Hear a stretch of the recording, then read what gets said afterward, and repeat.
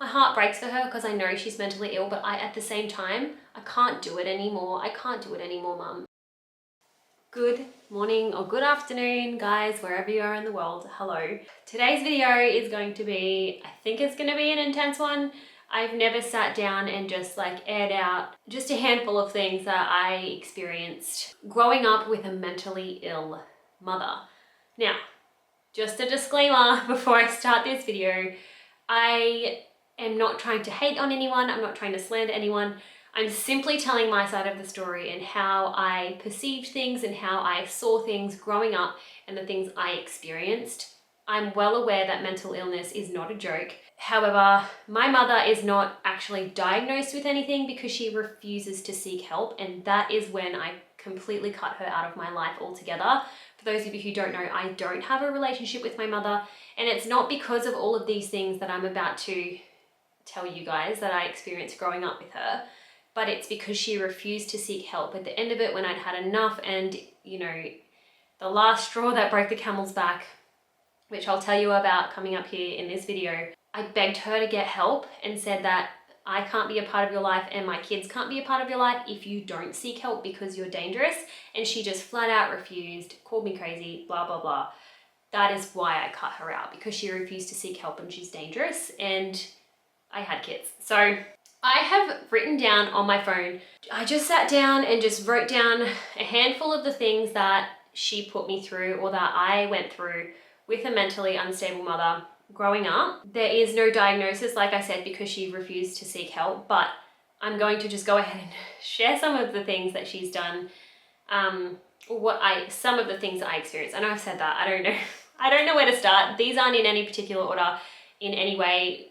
No order at all. I don't know in what order things happened. I'm sure there's a lot of things that I don't remember that she has put me through because I probably have repressed or suppressed, what's the word? A lot of the memories from my childhood.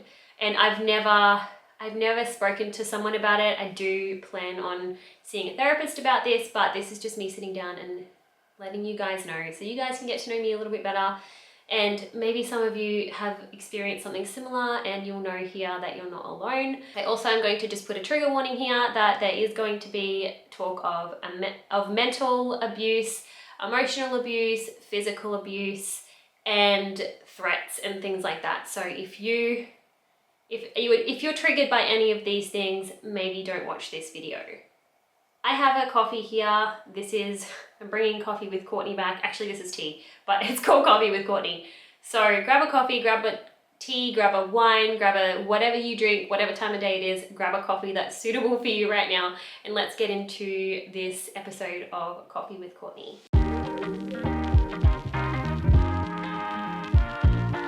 Okay, so the first thing that, like I said, not in any particular order, but the first thing that I have written down is that she played the victim a lot in every situation that I will talk about here.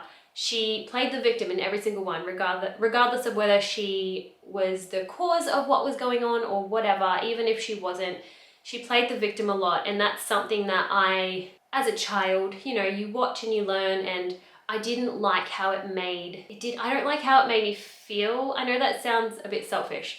A lot of the situations she was playing victim in, she created herself because she likes the attention and the sympathy that she gets from people. One example, which is I think the next thing that I've written down, is for those of you who don't know, my brother is very mentally disabled to the point where, you know, he can't go to the bathroom by himself, he can't feed himself, he can't cook, he can't talk. He's very unsteady on his feet, so he's in a wheelchair a lot of the time. He's very mentally disabled, and he can only say a handful of words, and, you know, he can't communicate properly. So he has a lot of things wrong with him, but one of the things that is wrong with him causes him to have multiple seizures a day, and he is on medication to try and get those seizures under control. And the doctors had pinpoint caffeine as one of his triggers that causes seizures. My mother, which I'm not going to be saying her name in this video because I just don't want to, would specifically give him caffeine to cause his seizures. This is, you know, she would never admit to anything that I'm about to tell you in this video. If you met her in the street, you wouldn't know she's mentally ill, and that's the scary thing is She can make you believe anything that she wants you to believe, which is really scary and a huge reason I don't want my kids around her. Yeah, she would give my brother Coke, like Coca-Cola, to trigger his seizures, and she'd give him liters and liters of it. I'm talking like 2 to 4 liters a day she would give him, and he would always have more seizures at her house than at my father's house. And of course, she didn't handle the seizures well. She'd cover her ears and scream, and like she just couldn't handle them. She didn't handle them well, and you can't just do that. If someone, you know, your dependent is having a seizure, you need to be there for them. You need to, you know, put a pillow under their head or just make sure they're not going to hurt themselves. But she wouldn't. She would just, you know, la la la, it's not happening, and she just wouldn't deal with it, which is fine. I'm not saying that's the issue.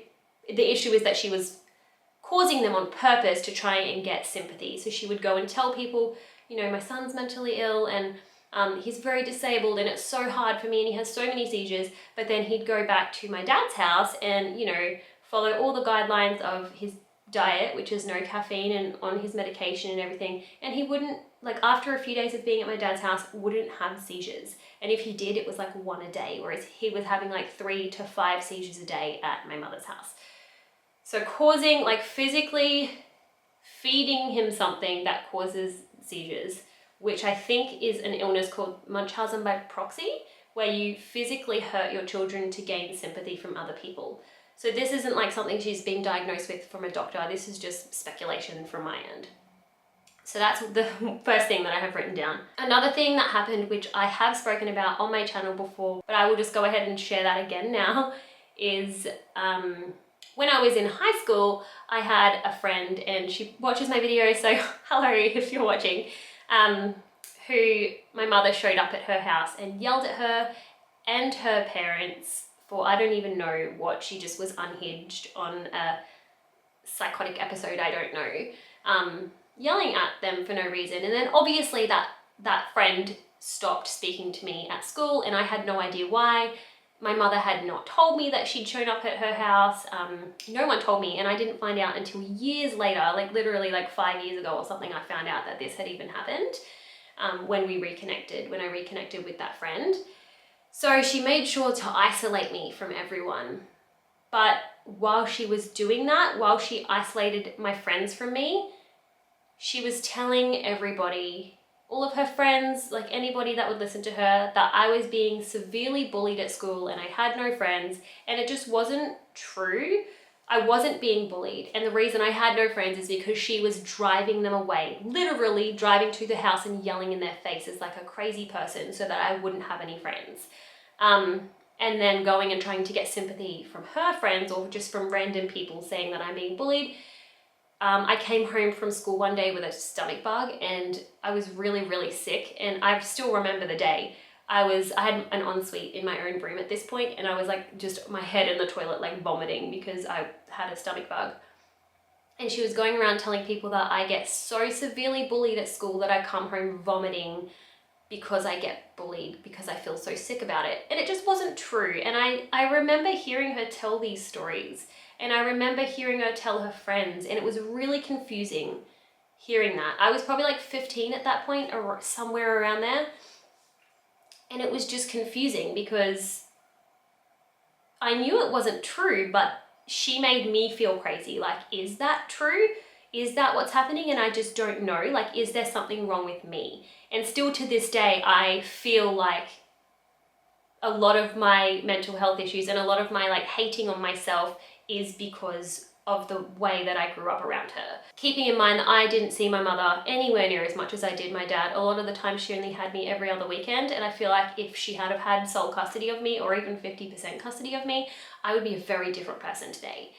So I'm very thankful to my dad. I'm really thankful that I have a really amazing father. But yeah, that was just like another thing, is she would just lie to anyone about anything to try and gain any kind of sympathy or attention. Another thing that I have here is when I was growing up, I was a bit of a late bloomer. I didn't get my period until I was like maybe almost 16, or maybe I was 16, like somewhere around that time.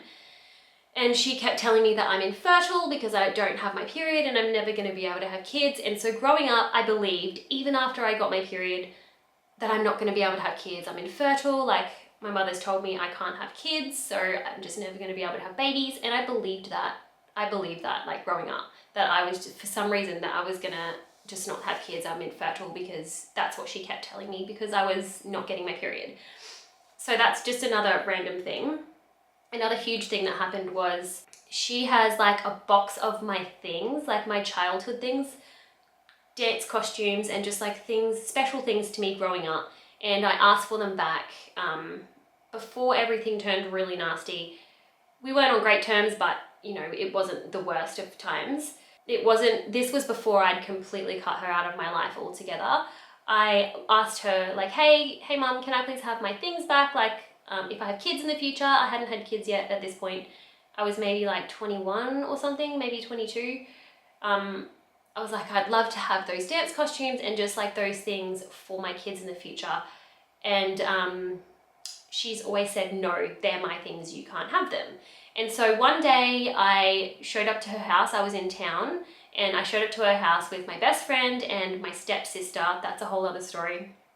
To try and get my things back. And it wasn't, we weren't doing it in a aggressive way or anything like that, but just from how dangerous, mentally unstable she is, I wanted to have people by my side just in case something happened, so that I knew I wasn't crazy, so that I could get other people's point of view and be like, no, this is what happened, because she, like, my mother manipulates things and makes you feel like you're the crazy one, if that makes sense. So we showed up at her house to try and get my things back, and I was like, hey mom, when she opened the door, I was like, hey, do you mind if I just grab those things off you? And she was like, no, they're mine. And she just started like, no, you can't have them. And she separated me from, you know, my sister and my friend, and said, I need to speak to you privately about this. And I don't even remember the conversation, if I'm being honest with you. I just remember going, okay, well, I'm just going to start looking for my things. So I started opening up her cupboards, and like, I don't know if this is like, if this makes me look bad, I don't know. I just wanted my things back for my kids in the future, and I had asked for them multiple times before, and I still don't have them to this day. That's a whole other story. But anyway, I'm looking through her cupboards, and she gets out her phone and calls 000, which, for those of you who don't know, in Australia, that's the police or the ambulance, or like, you know, the emergency services. And she calls the police on me and says my daughter's going through my things and blah, blah, blah. And I'm like, please, mom, I just want my things and I'll leave you alone. Like, I'm not here for a fight. We don't have to talk. I just want my things, which, by the way, my father had paid for all of the things. Like, she didn't pay for any of them. My dad was always the one who funded, because obviously he had sole, like, majority custody of me, and he was the one that paid for everything. So she called the police on me, and she ended up saying, come outside and I'll give you your things, they're in the garage. And my sister, who has lived with my mum before because of her situation and went through a lot more than I did growing up with her, said to me, she's going to come out and she's going to throw it at you. She's going to throw this box of things at you, just so you know, because she knows my mother very well, because she lived with her a lot more than I did. I don't know how she did it, but she did. And of course, my mother comes out with my it's like a big wooden box of some of the things that I had wanted. The real things that I'd wanted, which were like the dance costumes and the things that I really wanted for my girls. She went into the garage and took them out of the box. She knew the things I wanted, and she made sure to remove them out of the box so that I wouldn't have them. And then she brought the box to the door and just threw it at me. And it's like this big wooden box, and I stepped back, obviously, and it smashed on the ground, and the hinges came off the lid, and the lid flew off. And there's some antique like bowls in there from my dad's side of the family that's smashed, and I'll never get back because they broke, obviously. And then she just screams like, get out, and just like runs into her room, runs into her house and starts bashing on the door from the inside, like just bashing on the door. And I look down, and her little dog is like outside. There's no fence outside her house, so I had to be like, you forgot your dog. And so she like comes back out, picks up the dog, goes back inside, slams the door, and just keeps bashing on the door while I'm like trying to collect all of, you know, the broken shards of these like special items from my heritage, of my family. And I left. That was a long story, but that's one of the other things that happened. And I want to just say, after that happened, I felt fucking terrible. Like, I felt so bad, and like, I felt sorry for her because I know she's mentally unstable. I know she's mentally ill, and I know that it's not her fault that she does these things. And I feel terrible if she thought I was trying to like be aggressive, which there was no aggression. I was completely calm. I didn't raise my voice. But I still felt terrible because I knew it wasn't her fault because she's mentally ill. And that is why I kept her in my life for so long, because I know that it's not her fault.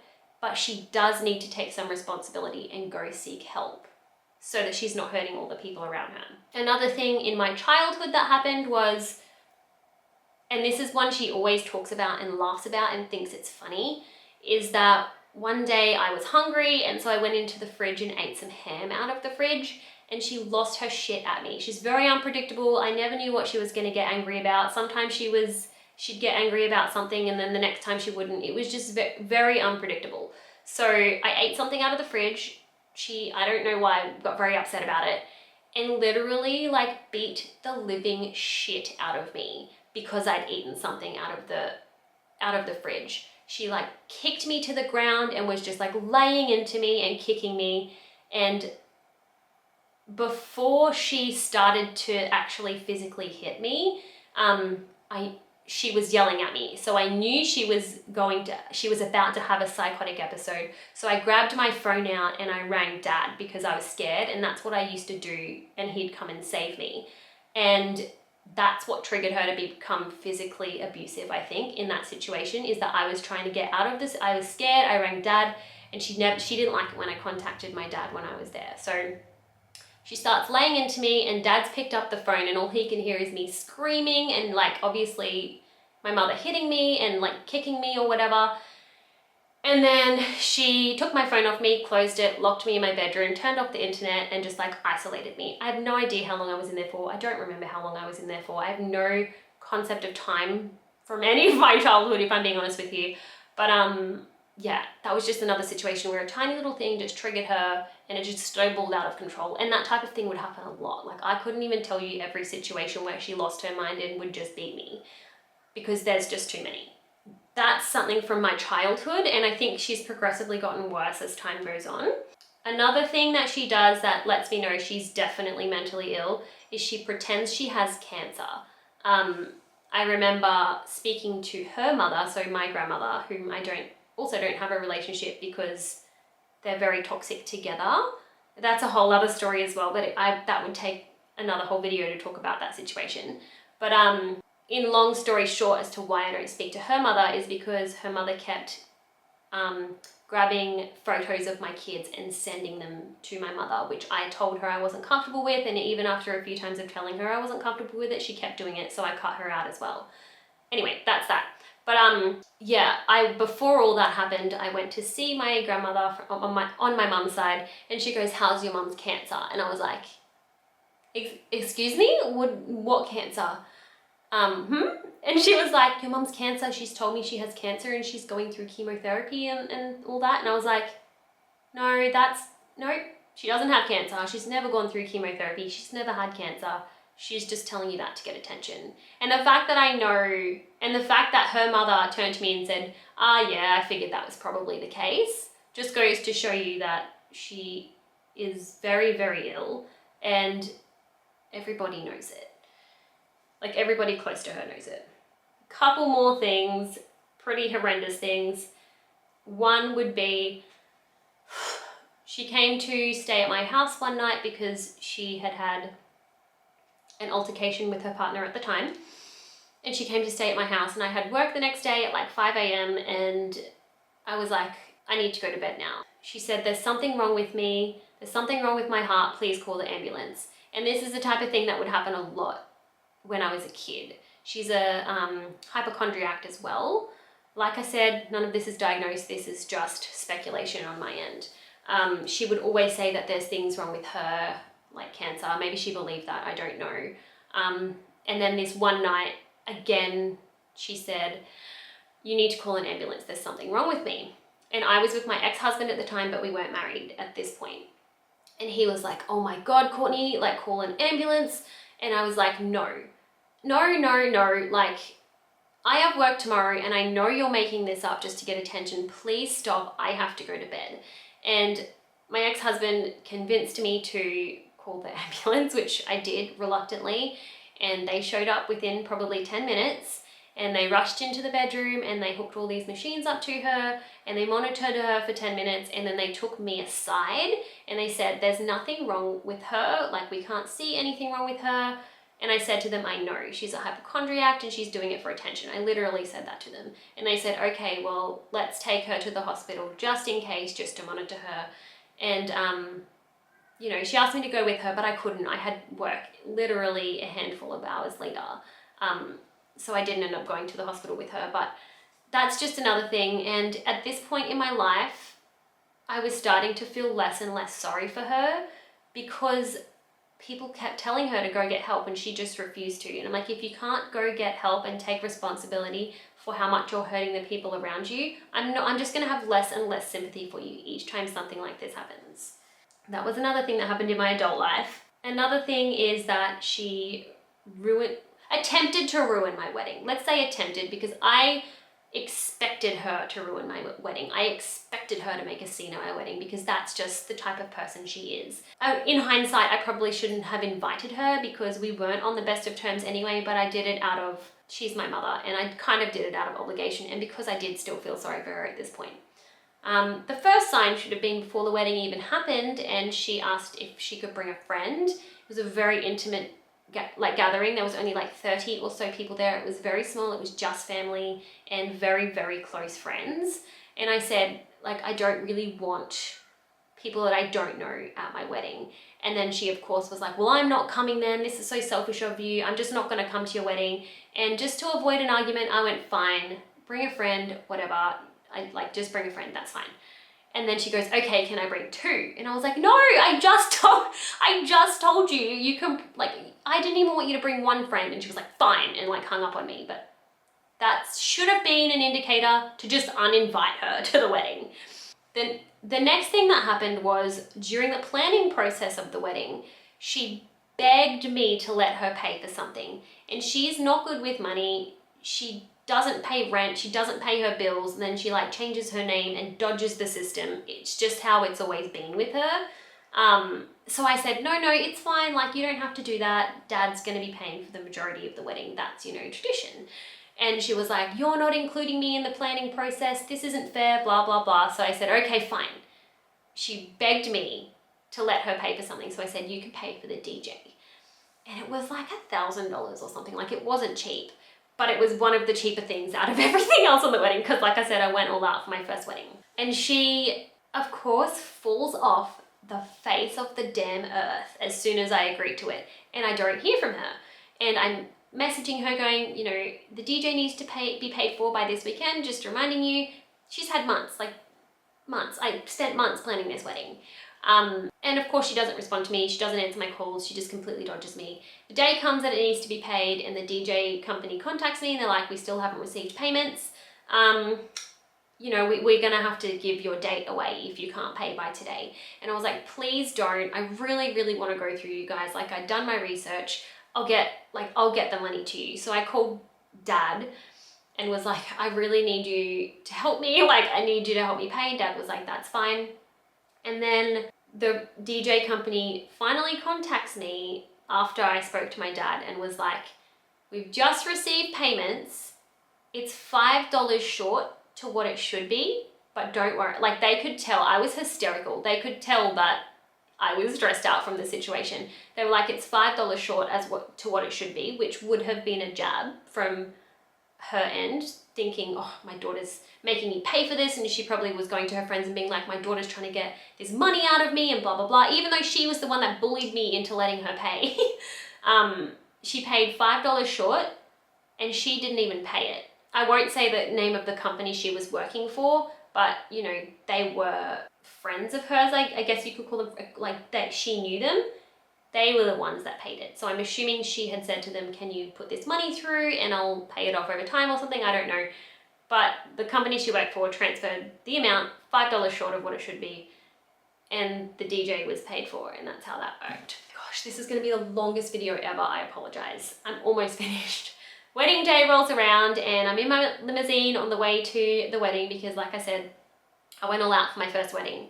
And she's hounding Dad before I even arrived to the wedding saying, what am I gonna do? Like, what's my role? Am I walking her down the aisle? That should be what I do. And Dad's like, of course not, like that's my job.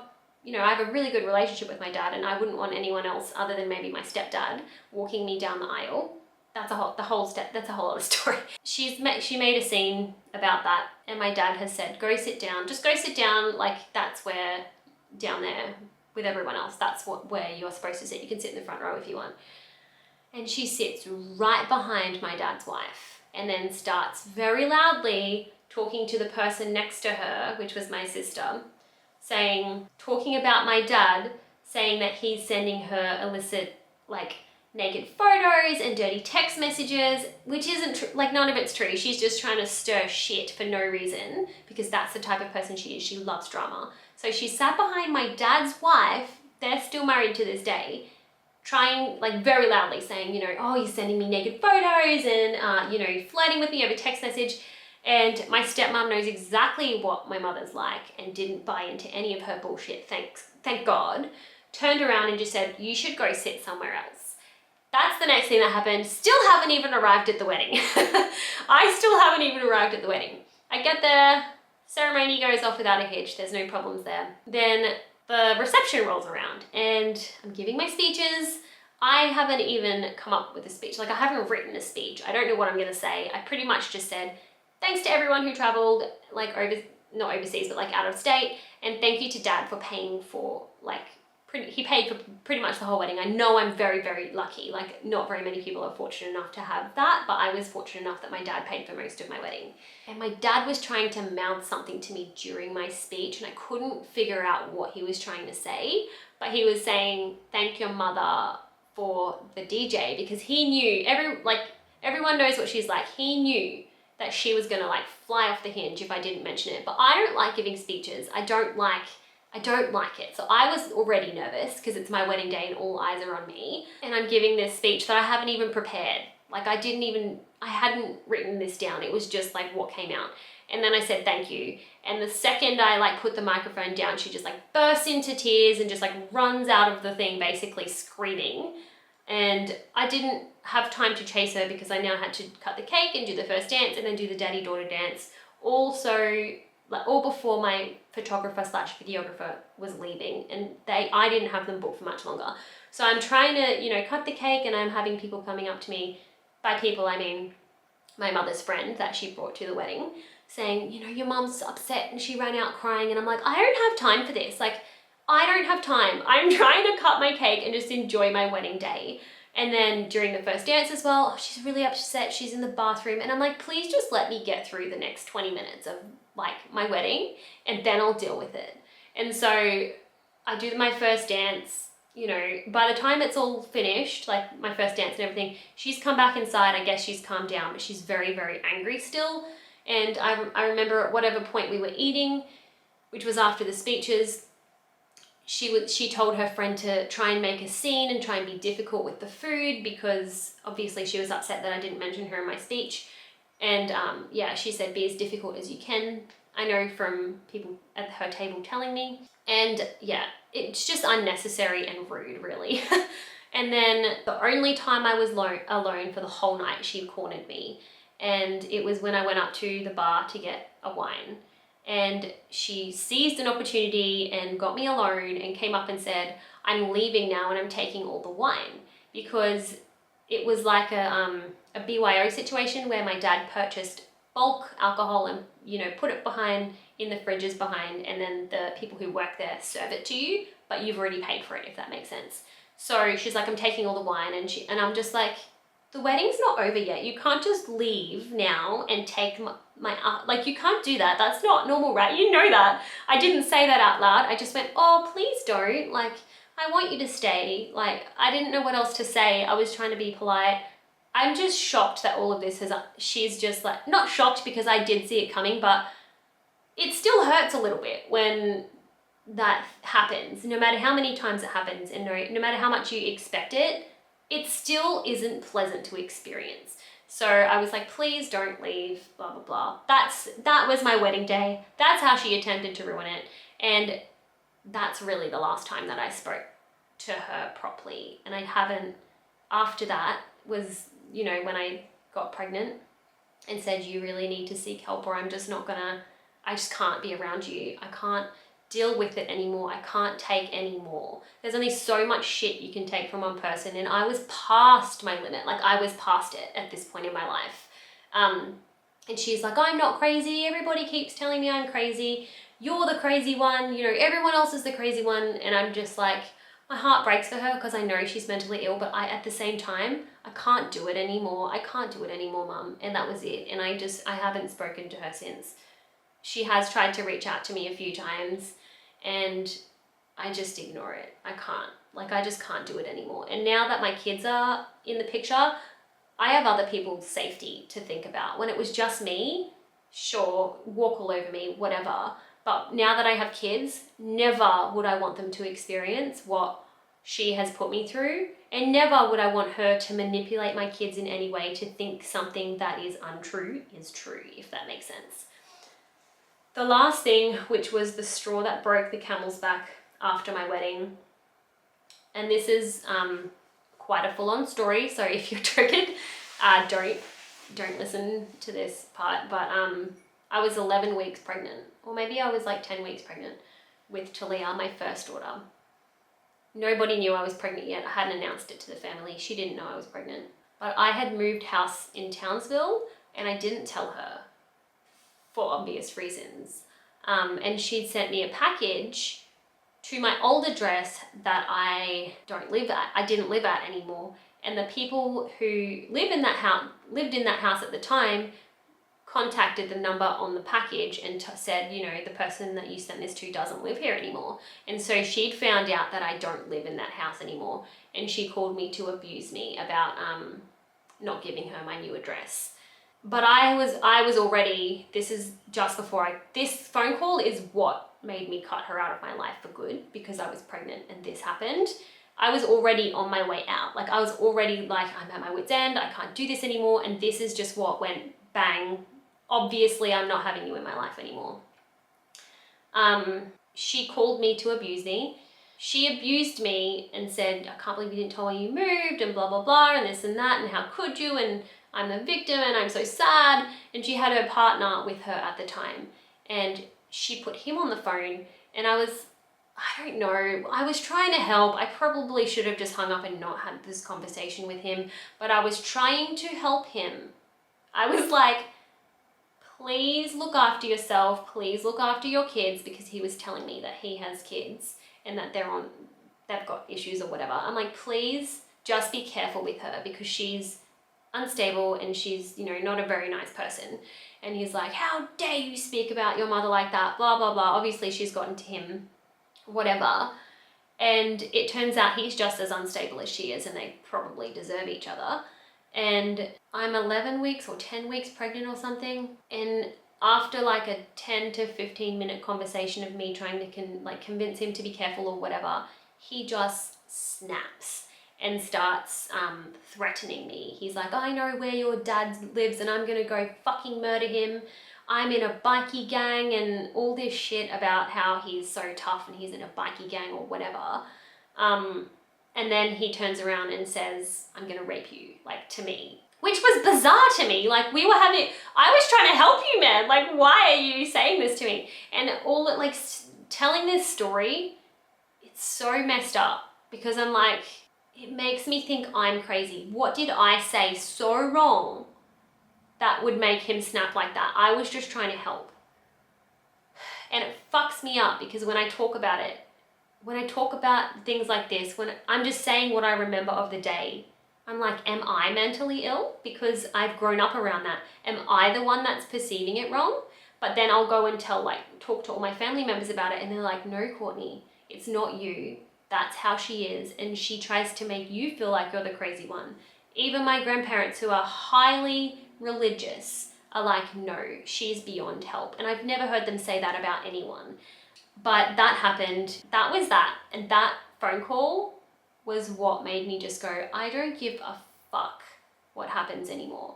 I don't give a fuck what that woman says. I don't care because it's not about me anymore. It's about my child. Like, I was pregnant. I'm not subjecting my child to the shit that I went through, even if it's just every now and then so she can see her. I'm not doing it. It's a head fuck. I have so many issues that I don't even know about probably, and so many things that I haven't talked about, like in this video. This is just the tip of the iceberg of the things that she's done to me in my life. There are so many more stories, but it would be like a 4-hour long video. There are so many things that I need to talk through with a therapist, and I am planning on doing it. It's just finding the time around kids. I do need to do it. I need to open up. I've been listening to the Confidence Chronicles podcast. I've been listening to that from, her name's Erica. She does them. She's a confidence coach, and she went through a lot of shit as a kid, way more than I did. And she talks about healing your inner child. And I feel like I need to do that. I need to admit that what I went through as a kid was fucked up and not okay. And I want to say that to you guys too. If you went through anything, any trauma in your life at all, whether it be physical abuse from your parents or like mental abuse or like financial abuse or like whatever, it's not okay. Like, it's not okay to go through that. And don't ever feel like it's your fault, because that's what I was made out to feel like. And then that's not okay. That is abuse. And I feel like a lot of my issues that I have stems from my childhood. It stems from being told I'm sick. It stems from being made to feel like I'm not allowed to eat. Like, these little things, as a kid, you soak it in and you learn it, and you don't even realize as an adult the decisions you're making are based on how you were treated as a kid and the shit you went through. And it's important to go talk to a professional. I know that I should do that, and I haven't done that, and I'm not saying that I am healed or whatever. I'm just saying I know it's important that I go speak to someone about it. I don't call her mum, I don't call her mother. If I'm talking about her, I call her by her name. But I've tried not to say, hopefully I didn't say her name in this video. If I say names I'm not supposed to, I'll just like blank it out. But yeah, I don't feel like I have a mother. Anyway, I'm gonna just end that here. I'm really sorry that this is a really, really long video. I don't know how much of it I'm gonna keep in there and what stories I'm gonna cut out, because according to my camera, I've been speaking for 45 minutes, so my baby's probably gonna wake up soon. Thank you so much for watching. If you made it to this point in the video, leave a dancing emoji down below. Leave a dancing emoji down below. Thank you so much for watching. Don't forget to subscribe if you want to follow my channel, and give it a thumbs up if you want to see more Coffee with Courtney videos, and I'll see you guys in the next one. Bye!